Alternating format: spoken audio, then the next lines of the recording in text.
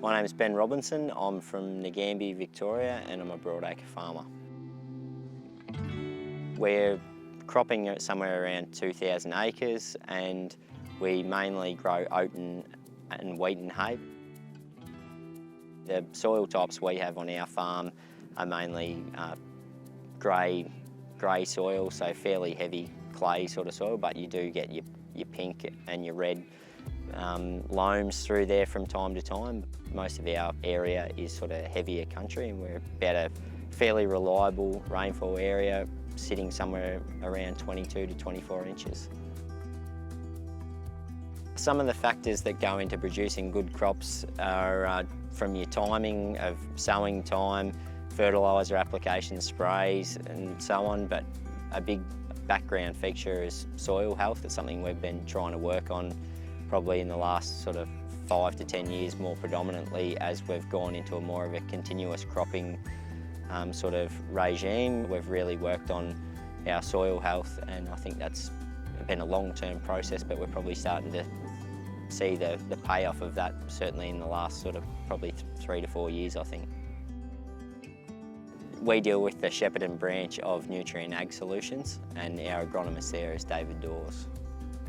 So about 5 years ago, we went to a fertiliser information evening in Shepparton hosted by Nutrient, and we first saw Basis XC at that fertiliser night, got a bit of information on it, and it was something that was of interest to me, especially being a younger generation. You're sort of probably a bit more interested in all these new things than your folks who've been doing the same thing year in, year out. So decided to do a bit of a trial with it that particular year, and we noticed the difference, especially in the roots of the plant, and we thought that it was worth really giving it a full-scale sort of trial the next year, and we've never gone back from it ever since.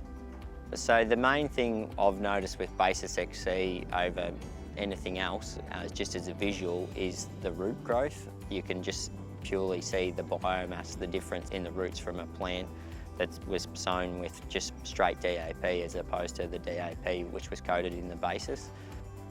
As soon as things get tough, a plant with a bigger root system is going to be able to draw moisture from more places, more nutrients, and just visually you can see the difference. Below the ground is where everything's happening.